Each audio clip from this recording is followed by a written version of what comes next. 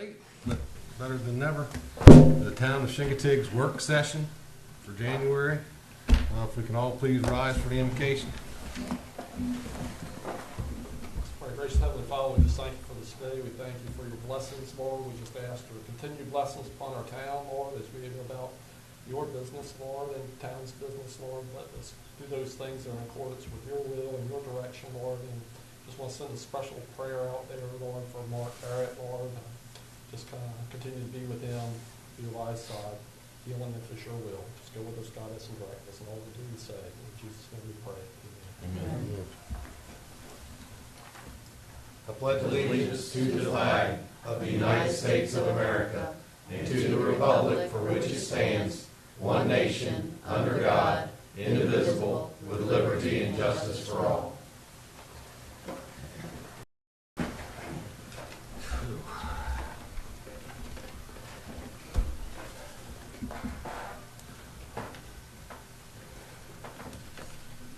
I'll take nothing.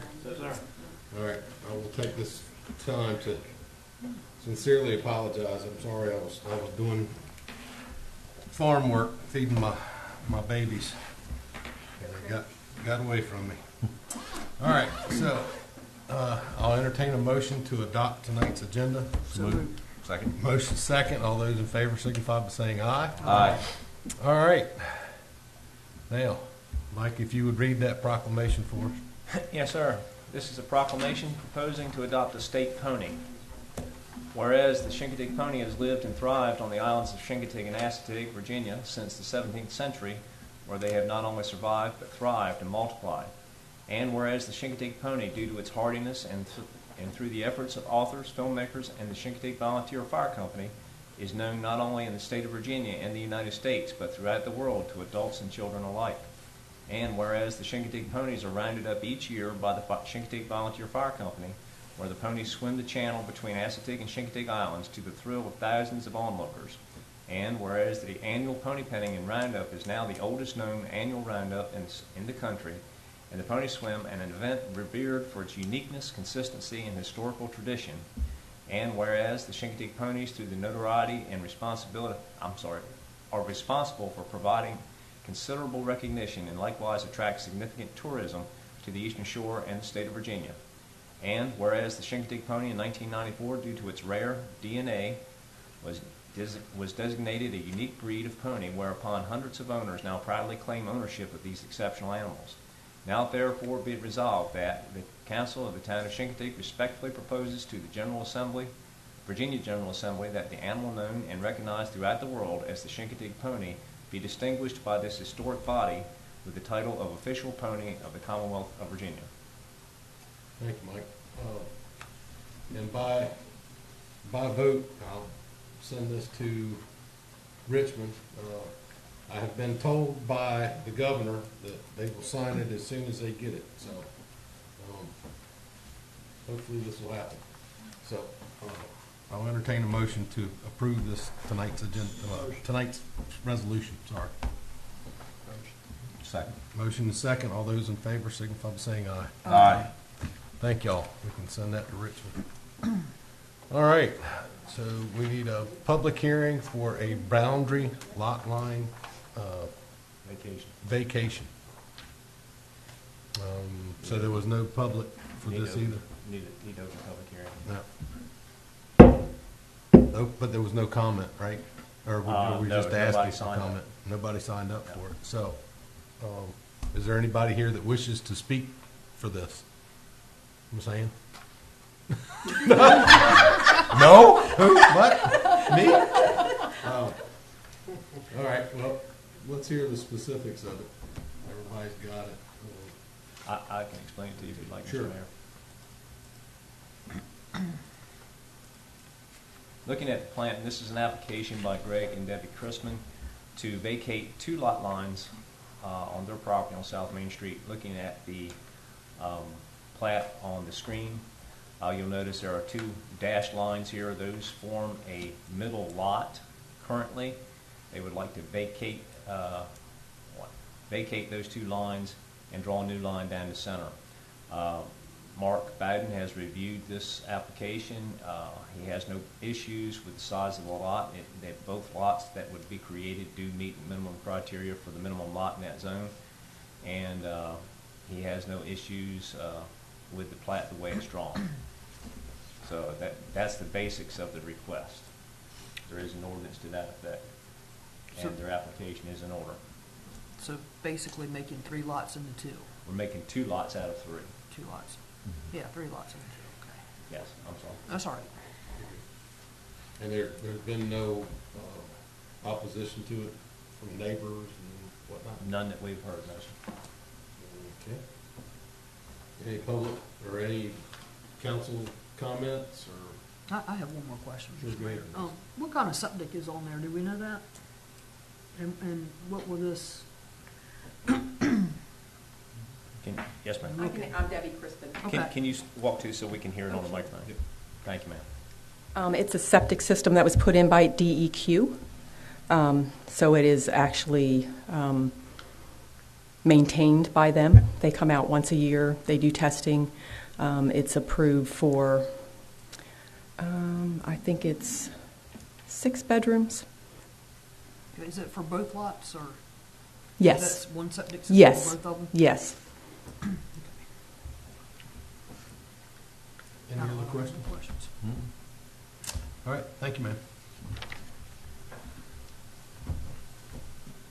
All righty, what's the pleasure of council?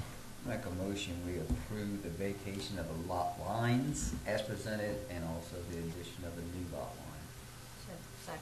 Motion and a second. All those in favor signify by saying aye. Aye. Thank y'all. Moving on.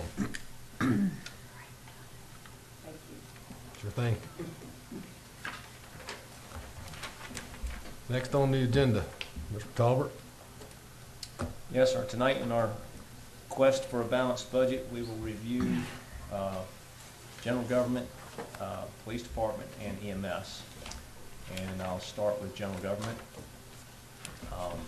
I know that I have in the agenda printed excerpts of the spreadsheet that we use to do this, but I'm going to put the actual spreadsheet on the screen this evening. I do have some notes attached to that will help explain some things. Starting off reviewing salaries up front, you will see that there's an increase in general government salaries by $37,000. That increase is partly due to the annual review that we give everyone, and we always tell everyone that we assume a 2.5% increase overall, average increase. Some are more, some are less. But that number also contains 25% of the salary for the new Civic Center director that we're trying to hire. If you remember, the way I laid the budget out, 25% of that person's time will be dedicated to general government in our office. The other 75% of the time will go to Civic Center operations. So that is why that number is slightly more inflated than normal. Benefits likewise increased by the same proportion. And I will say, and I'm getting a little ahead of myself here, but if you remember last year we did have a healthy increase in retirement in VRS, and we also had a very significant increase in medical last year, a 12% increase in medical last year. This year's budget assumes a 5% increase on top of that 12%. We hope it's much less, but that's what we're doing just to be covered. Again, we don't review salaries, I believe, until February's budget and personnel. Looking at operational expenses, and I'll hit the highlights here. A lot of these are even. We've budgeted the same $110,000 to the Civic Center from transient occupancy, and the same for the Civic Center from meals, and also to the chamber. Chambers actually should be slightly higher than that because everyone remembers that we decided not to cap that amount last year with the budget. So it, regardless of what we collect in meals and transient, the chamber will receive half of that 10%. Moving on down, next significant increase, you say, if you go on down to ARPA projects, I do have $400,000 in this budget for ARPA projects. And if you recall, we still have $90,000 that the ARPA committee and the council have set aside from our ARPA funds for the balance of the local match for the new ambulance for the fire department. And we've also committed up to $250,000 for the new sewer plant from HRSD. That number is also in there. The balance of that, it's about $60,000, runs it up to $400,000. I have to start preliminary engineering for a collection system for that plant. Looking on down, transfer to the harbor, that number is, and we've recently, by recently I mean I think Tuesday, I received an estimate on this year's project from Ravens Marine for Robert Reed Park. We'll be presenting that on February 7th in across the bay at BPA board meeting. And that number is 25% of what we estimate the project at Robert Reed Park to be. So that $47,500 is the town's 25% match of that project. If you remember, BPA gives us 75 and our local match is 25. Again, and down the very last number there, transfer to Public Safety Reserve. If you remember, Public Safety recommended and the council adopted, decided to set the new 1% increase in transit occupancy taxes, which took effect in January of 21, aside in a public safety account to be, and there's been a resolution adopted by the Public Safety Committee and approved by the council for a procedure to expend those funds. And that is, the funds can be spent on basically anything that relates to public safety as approved by the Public Safety Committee, Budget and Personnel, and then the council. I believe is the way the resolution reads. That number is 20% of transit occupancy taxes, which is the additional 1% that we started collecting on the 21st. I'll remind everyone that last year I had a little faux pas in the budget in that I did not dedicate an expense item, this item that we're looking at. I did not dedicate that in last year's budget, and I'll be taking care of that this year in the first amendment that we do this spring. We'll be pulling out the 20% of transit occupancy for this year and putting it away in that account. We'll take care of that in the first amendment that we do. Looking on down now, we're dedicating $50,000 to property acquisition reserve, which is just good practice. We have $15,000 to begin to replace some office equipment in this building, between the police office and the town offices. The furniture in here is original from the time the building was built, so it's back time. Some of it's starting to show its age, so we're going to start replacing that a little at a time. And the next one is the some money to do some work inside the council room. The work that's not covered by the grant that we got this year. All of that brings us down to a grand total for general government of $2,522,066. You will notice that that is about $600,000 higher than last year. Again, looking at that, $400,000 of that $600,000 is the money we put aside from public safety, for public safety in that reserve account. So that takes a considerable top off of that. Are there any questions in general government before we move on? The public safety, have you actually started an account for that on the other side? That we are tracking the money, Okay. and as I said, because there was not an expense line put in the budget last year, we will put that in under our amendment, and then we will have that money set aside in an account. Okay. It's in an internal account. It's not, the bank doesn't Because when I was realize. looking at the actual spreadsheets, they didn't have an account number listed for the. Right. For the Because it's brand new, they just haven't assigned an account yet to it. But we are tracking it, so we know how much we'll need to throw in there during the amendment. Any other questions? All right, thanks, Mike. Looking at police, Again, nothing too remarkable here. If you look at salaries are going up from $751,000 to about $773,000. That is a modest increase of $21,000. That is pretty much just the 2.5% increase that we calculate every year for raises during the review period. Benefits likewise are increasing proportionally.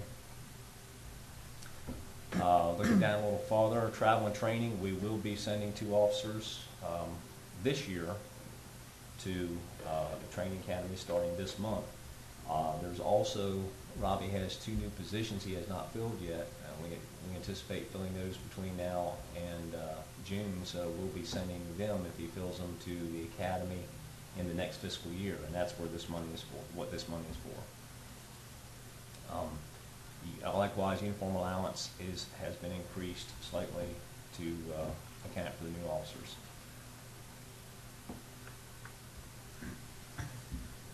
As far as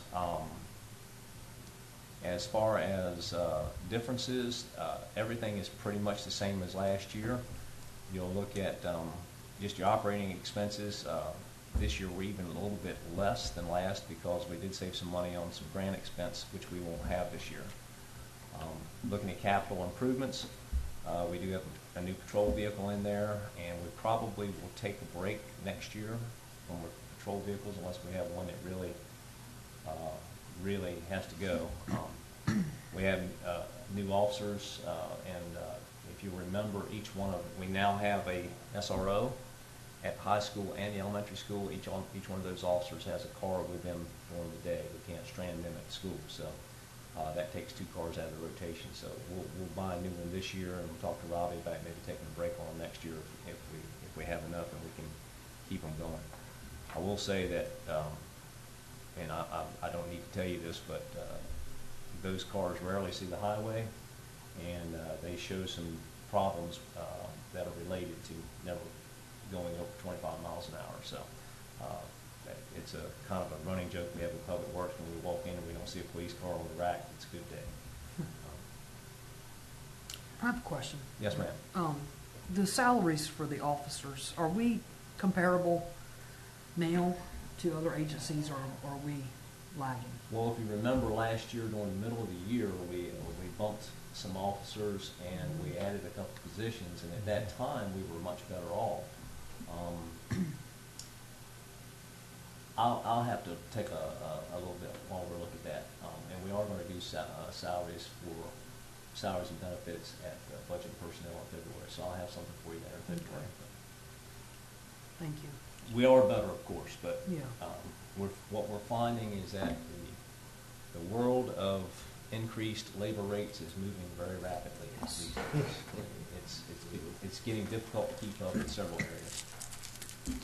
Hey, speaking of the SROs, Mike, the grant that we have for the one, so when does that run out? We actually have a grant for both SROs. Or both, I'm sorry. This is the third and I believe third or four years at the high school. So we think that we'll get that grant again next year. Mm-hmm. The grant that we got for the elementary school, we're less sure about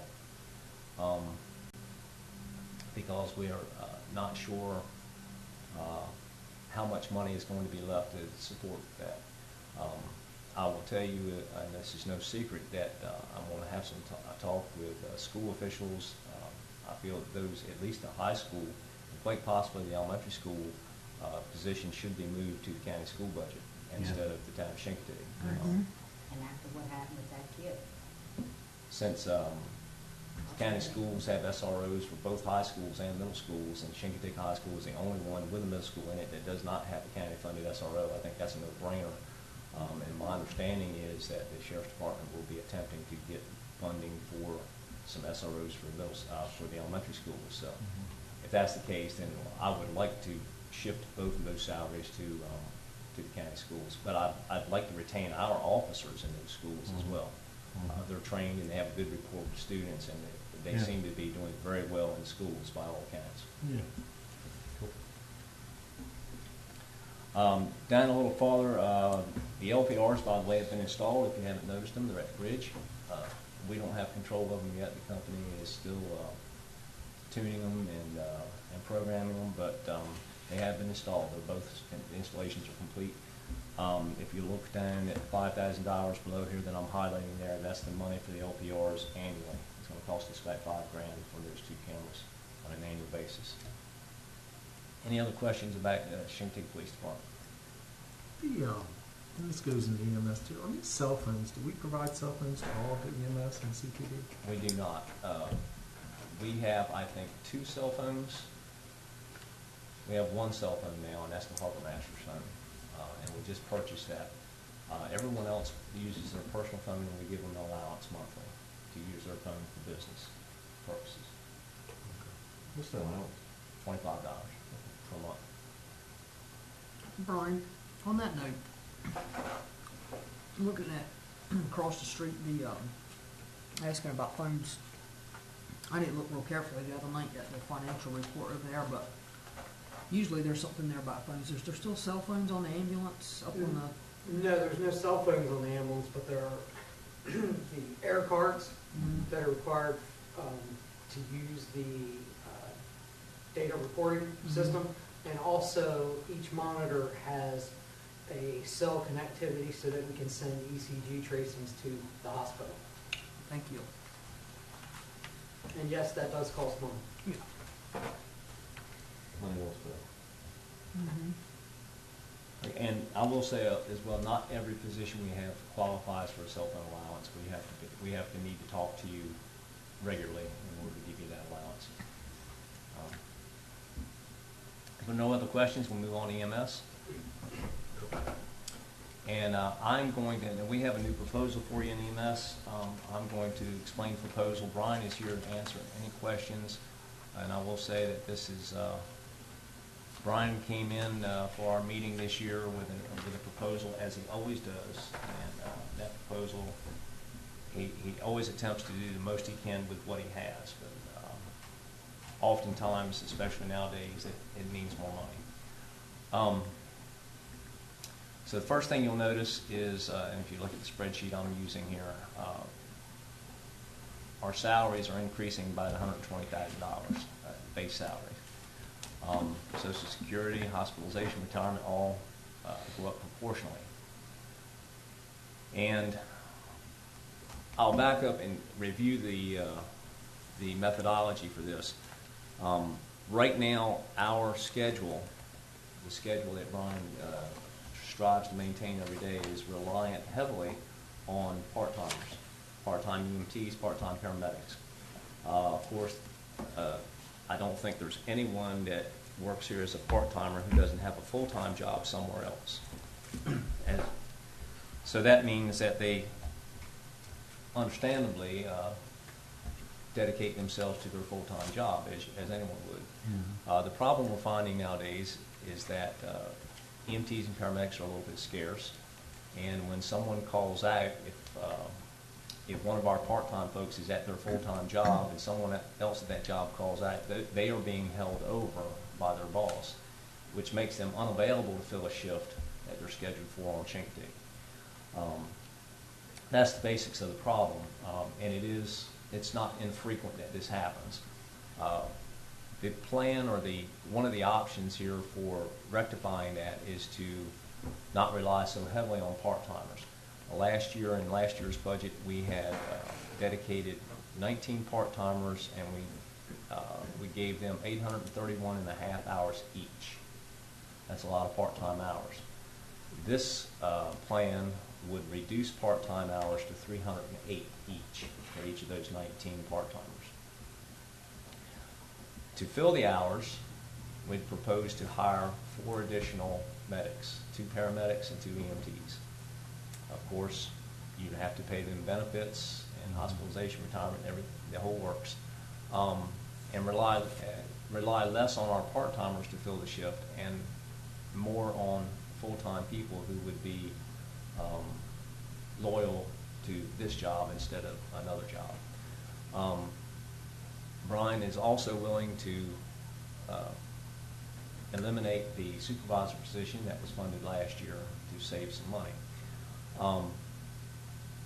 when it's all shaken out and the hours are calculated, that would still leave us this year's budget, or the proposed FY24 budget, I should say, $105,000 and change in excess of last year's budget, EMS budget. Now, I will say that that is one option. Another option will be to continue like we are now and try to hire more part-timers to fill the shifts and keep the hours for part-timers the same. If we attempted that option just by regular salary increase, we're still going to spend about an additional $28,000, and that's in line with the other departments that we've already discussed here tonight. So the difference between the 105 and the 28,000 we can spend is the difference between option 1 and option 2. Now, the spreadsheet that I've shown you and what's in the agenda assumes the new plan is the way we would go, and that's just for illustration purposes. But you can see the numbers here. Again, any questions you have on this, the numbers, I understand the numbers. Brian understands the shift. That's why he's here this evening. If you have any questions at all, comments at all, something we can answer, please ask, and we'll attempt to do the best we can with this. The 105,000 is above the 80 that you're taking back. Is that correct? That's correct. So, You mean for the supervisor? yeah, you take off the supervisor, then it's going to be 105,000 more. That's exactly correct. And part of the plan, using that supervisor money, last year we talked, and EMS seemed to be doing, across the board with what our neighbors were doing. Unfortunately, somewhere our neighbors found a lot of money over the last year. So in part of this proposal is to give a $2 an hour across the board. So from the lowest part-timer to the highest full-timer, excluding myself, $2 an hour across the board, which doesn't get us all the way, but we did just lose one employee back simply because of the pay. So I don't think, once we were to do that, shows a good faith effort, we keep those employees that we have good and faithful. Like Mr. Talbert was telling you, we have issues with staffing, huge issues with staffing. Yesterday morning, I get a phone call, hey boss, I can't come in, I'm being held over. And it continues to work down the line. Sickness now, obviously. And again, we can make it work this time of the year. It's tough. I can fill in here and there and so forth. But once we get to summer, it's going to be a huge problem. I just filled the empty shift. Tuesday we had an interview process, and the person that was hired came off the part-time list. And she actually was our big part-timer of the month. She was working more hours than full-timers most months to help us cover shifts. So now I'm losing that. We're gaining a good employee. We had a good employee. We're just transitioning her to a different role now as a full-time employee. But here again, that's going to hurt. We had one of our other big runners got a job in Salisbury. So now we've lost that individual. Thankfully, Salisbury seems to have gotten somewhat of their problem under control as far as holdovers. They're not having to do it as much, so they're not impacting me. Wallops, I've got a lot of folks that work there, holdovers. Accomack County, holdovers.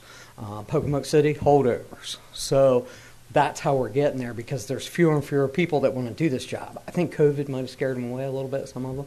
And then it's the cyclic money aspect of the game as well, which, like I said, we were running really good with that.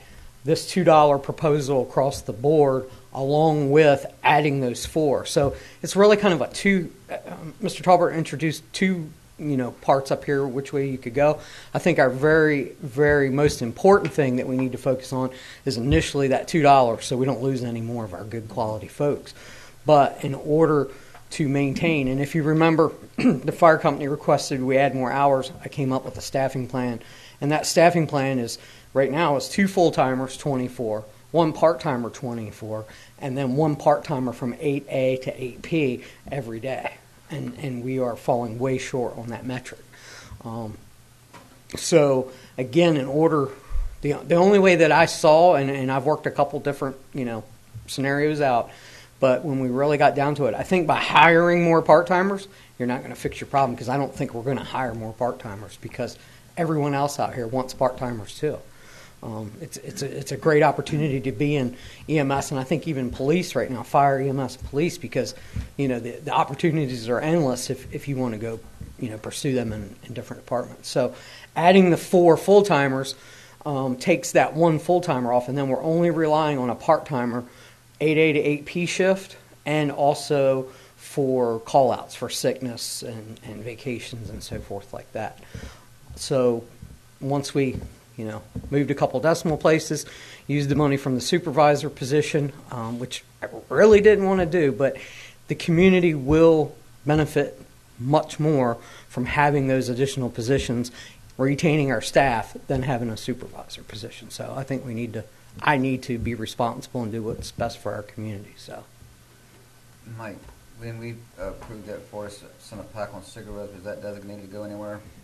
No, sir. We specifically did not dedicate that yet because we have no So if clue. we go to- Well, we have a clue, but we do not know exactly or Well, have a good idea I what would that's like for going that to to go there, and the other ones, and transfer to public safety reserve, can we get the other amount from that to go there? be. The other amount. Transfer to public safety reserve? You're talking about the other 80,000, Yeah, to get rid of the, the rest of the deficit. And I ain't gonna lie to you, I think it's gonna be more than, we'll take in more than $40,000 on that. You've already funded 1 police position from the public safety reserve. That's the only thing that's been dedicated from that to this point. So out of that money, we could finish the other, like you're saying, $80,000. You certainly have enough in the public safety reserve to fund this, yes. I think we need to do it. How many full-time providers do you have now? right now I have, we did the math, 8, and myself is 9. So that'd bring you to 12. Right, that would bring me to Not 12 counting on shift. So there'd be 3 every day. Now, certainly, there will be that flexibility this time of year. If somebody's like, hey, I'm going on vacation. The numbers show that, we're not that busy right now or whatever. And certainly we'll play into that. But, I really think the staffing plan will work, to get us where we need to go. I told you last year before, hey, I think this part-time thing will work. And I really like the part-time thing. And I'm kind of sad that we have to go away from it. Not totally, but again, it was a great way. We got a lot of bang for our buck out of that, but unfortunately the bang's not there How now. many part-timers do you have now? 19? I've got 19 slots. I've only got, hold on, I have that information for you right here. I've got 2 vacant slots right now. Well, 1 vacant, and then I have 1 that's on a medical leave at their full-time job. And I also have 1 gentleman that took a job back in Pittsburgh, but he has indicated that maybe, once a month, once every 2 months, he'd like to come down and work a long weekend. It doesn't cost me anything unless he comes to work. So, hey, I'm all about it. Because he was a good employee. He was a good, loyal employee while he was here. So I get if you hire 4 more, that'll take care of the issues we're having with part-times and things like that. It'll go a long ways into taking care of the issue. And here's why I say that. Does it 100% make us walk down golden paths and rainbows? Absolutely not. However, I think we've talked before, what kind of insurance do we want? All of us, myself, yourselves, what do we want to have? This will get us 2 ambulances on the street. 1 will get on the street, transport the patient, because that's the end goal. The second ambulance will get on the street and be able to go to your home, provide care to you until either a volunteer driver, which we're having a serious time getting those out, or Oak Hall, Bloxham, Parksley come and provide a driver. But we're giving that care in a rapid amount of time. If you remember, we were getting on scene from our calls in about 4.29 minutes last year. 1,069 of those calls. And then, again, if you remember that age, that was the big age group. You're looking at 60 to 69, the 70 to 79 age group, because we're an aging community. So assuming that you put out an ad for 4, are you going to put it in-house first? So I'm going to put it in-house first, absolutely. Those that have been loyal, we need to be loyal back to them. And then if not, we'll have to go out. And if you fill these 4 spots with in-house, are you still gonna need any more part-timers? What I would like to do, and I've had this question asked to me since this has come out in the open, I don't want to hire any additional part-timers right now, because what I want to do is I want to see how many that are left after the hiring process that want to work, because now I only am going to have 12 hours per day to fill instead of 36 hours per day. So those that want to keep filling those shifts, I want them to be able to fill them shifts. They've been loyal to me. I'm going to be loyal to them. If I see it's not working, then yeah, we'll hire some more. But part-timers, other than that initial, let's give them a few uniforms, they don't cost us anything unless they're working. So, the benefit is to us. What is the, what kind of shift, what are the shifts like now, the shift schedules? Shift schedule is 1 day on and 3 days off. 1 on, 3 off. Mhm. Is that a standard? I mean, how's Accomack running? Well, Accomack runs what they call a North Carolina schedule, but they're also doing fire. So their pay is different based on overtime rates. So they can get away with some more hours before they reach the overtime rate. So we use that schedule to minimize our overtime. I mean, what does Accomack run? We do 1 on and 3 off. Yeah, they do a 1 on, 2 off, but then they do a combination in there within the 28-day cycle where they do a 1 on, 1 off, 1 on. Then I would think they go back to a 2 off, and then they get 4 days off for a long break. So they end up working 2,756 hours a month, and our folks only end up working 2,540 hours a month. You mean a year? A year, yes, I'm sorry, a year. Yeah. Mhm. And I would think the way you've got that scheduling done is very attractive too. Well, I think that's still very attractive, for employees. All the Maryland companies do it. Not that that makes it right, but it's a very attractive schedule. And now, like I said, with the part-time opportunities that abound, that's a great thing. Now the base, they work out what they call a 21-day schedule. So they start essentially your schedule starts on a Tuesday. You work Tuesday, Thursday, Saturday, Monday. You're off 3 days. You work Friday, Sunday. You're off 2 days. You work Wednesday. Then you're off 5 days, No, it's and then you start all over again. The week that you work every other day, it has a name, and I'm not going to mention it tonight. But So, Mike, if we take the 105 or 104, 809, It's 105, 105.51. okay, 105.51 from the public safety, 440,000, I think it was. Is that correct? Yes, that's correct. From the 440,000, and we're going to be replenishing that. I'm all for that, taking it from the public safety fund. I will, and you certainly have it appears, and of course these are projections, that 140 is my projection from what I've projected transit occupancy tax to be. I would advise you, from my position, that we funded 1 police officer position from this last year. If you're going to fund more salaries from this, that something on the order of tying those salaries to the health of that particular fund should be arranged, because if for some reason transit occupancy falls off and that fund falls off, you may end up with not enough money to pay these folks. Well, if the TOT tax falls off, there's not going to be people here to go to carry them in the ambulance anyway. Exactly. So it goes hand in hand. Right, and that's my, you upset Brian for this. My point, my thought on all this is, and I don't want to decrease the care that we're giving, but we've got to find some offsetting revenue for this EMS department as it grows. I mean, if you do quick calculations at 10% a year, you're looking at a $2 million department in 5 years. And that's just with a 10% increase. And as you hire more full-time, and the benefits alone are mandated at a certain percentage, we've got to allocate, and Gene was on a good thought process there with the cigarette tax. I mean, that's an ideal start, at least, to start having some specified revenue to offset the expenses with the EMS. And if I may, I just got a report today from the board, from the cigarette tax board. If we had been collecting since July, as of the end of the month in December, we would have netted $43,000 July through December.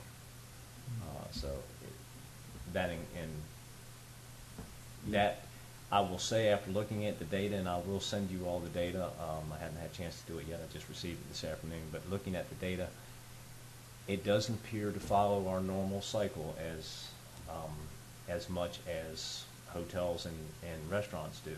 This is a little different, so it's a little bit harder to predict, and once we have a year or so that under our belt, we'll understand what we can expect from it. But again, from July, if we had been collecting this in July, as of the end of December, we would have netted $43,000. Gene's idea has merit because you think about it, I mean, cigarettes, you know, it's certainly a health hazard.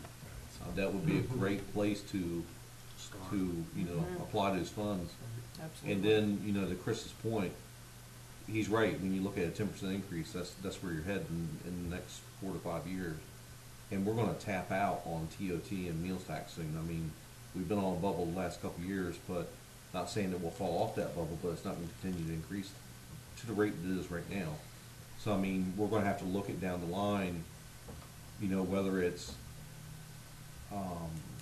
you know, diverting more of that type of tax revenue to EMS or some type of EMS tax to help fund, you know, to help fund that department. Yeah, I think, Ray, I mean, you're gonna need, either you're gonna have to do an EMS tax, find more things to allocate into EMS, do an EMS tax, or you're gonna just keep robbing Peter to pay Paul with the roads and all that kind of thing. 'Cause that's what we're doing, we're taking money from the general government to run the EMS. Not just roads, but a host of things. Right. You know, we had that person here a year and a half ago where it was from VML that talked about funded departments. And I think this is definitely one that we probably need to look at that exercise on, you know, for the future, so that it's not drawing money away. Because it's very important. I mean, it's probably one of the most important things, if not the most important thing we do, as far as tax monies go. But at the same time, you know, to keep that in a silo so that it doesn't affect all these other things that we do that are important as well, roads and all those things that come along. Brian, you want to say something? Yeah, if I may, and I try, we have no revenue streams. I'm the only department that has zero revenue Well, streams. that's what we're just talking about right Yes, now. We gotta and get revenue and streams. we've got to figure that out. You know, that's imperative. We're at a crossroad right now. EMS is at a crossroad. Now, I know we see a lot of increase if you look over the last say 6 years. We have done a lot over the last 6 years. We've increased staffing to cover carnival nights, and then that went into, well, let's cover up through Oyster Festival weekend, and we've grown to cover those hours of course, without that revenue stream. And I feel that we're at that crossroad right now. And if you go right, you're just going to keep throwing a lot of money at it, and like you said, robbing Peter to pay Paul. And I think we need to go down that left road, and we need to really come and have a hard look. Now, with the plan, and again, when you're doing your budget planning, certainly looking at that 10% now over 5 years and moving up to that $2 million, other than maybe salary bumps, this is what I see the staffing schedule looking like for Chincoteague Island for some time. You know, using that part-timer in that 4th slot, and certainly we can get that second ambulance on the street. The second ambulance will come and provide care, which is the most important thing. Certainly we have to get the person to the hospital, but we have a plan for that. And I think it's only fair at times when we have to use our mutual aid agreement for mutual aid to come over and provide that driver for us. I mean, we do, you know, we are part of that system, and we do have that mutual aid agreement. So, you know, being conservative, yes, 10%, but in reality, think of it that way. This is our staffing model way out into the future, and probably after I'm gone, you know, at the time. Where are you seeing the more need for the volunteer driver? Daytime, nighttime, evening? Anytime. Anytime? Because the volunteer driver, anytime a volunteer driver comes out and it's not a serious call, whoever stays back is here. We have that command vehicle that is a BLS licensed vehicle. If both ambulances are gone, that paramedic can take that BLS vehicle and go out and do basic care until mutual aid gets here. Again, we're getting that care to the person that needs it, and that is the utmost important thing, along with quality care. But, you know, I encourage, like today we were We were short-staffed all day today. There was myself in the building and 2 other individuals, and that was it. And you saw it was kind of a busy day. We managed. But tonight now, we're back on our staffing schedule at 8 o'clock tonight. We've got our 3 people in the house like we're supposed to. So that's a good thing. Yeah. So how long does it take for an ambulance to get here from Oak Hall? If they're in the station in Oak Hall, depending on time of year, traffic, so forth, you're looking 12 to 15 minutes. Dead of summer, when you got everyone out on the causeway, you might be 18, 20 minutes. And that's station to scene on Chincoteague. Assateague, you might as well add a good 9 minutes to that. So Oak Hall is first on the list, is what you're saying? Oak Hall's first, and they're staffed now with 2 ambulances. So part of what the county did is they kind of rearranged their staffing. They were trying to staff Greenbackville as well, which helped us because we're not running as many calls to the mainland. But if Oak Hall's out, then it's going to go to the next staff station, which if Greenbackville ever gets staffing would be Greenbackville. But right now it's Parksley is our next closest staffed ambulances. Anytime we have a cardiac arrest, there's an automatic 2 ambulances going on the street. So if we already have 1 out or 1 not staffed, our second ambulance has to come from wherever the next closest staffed ambulance is. Now, Bloxham is trying to staff volunteer-wise, and today they did a really good job of it. But some days they just don't have the volunteer staffing. So it's going to come from Parksley as our next closest on most days if both of Oak Halls are committed. So 30 minutes. Could easily be 30 minutes. And here again, if we have that one person, a third ambulance call, for example, I know of a situation we had a third ambulance call, and someone, Oak Hall had to come over. Here again, that's where that volunteer driver would have come in because whoever was left behind could at least went there and provided some basic care, as needed. Especially in a cardiac arrest, that's imperative. CPR and defibrillation, if we didn't see that on a football TV. That's I was just telling this Pat here a little while ago that BLS saves lives. Just the basic doing CPR, stopping people from bleeding all over the place, and defibrillating, that saves lives. My voodoo witch doctor stuff that I come along and do, that prolongs it.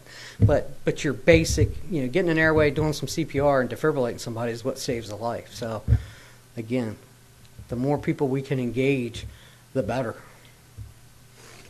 No, you're doing a fine job. I just think we as a council need to find revenue Yeah. to offset this department going forward. Yeah. Secure revenue that's going to be reoccurring every year. Yep. I mean, that's the thing to take on all this, because we don't want to reduce our services. Speaking of additional things for the budget, I don't know if it would fall in this, but we had talked about one time putting a AED, which also saves lives, down at Robert Reed Park somewhere.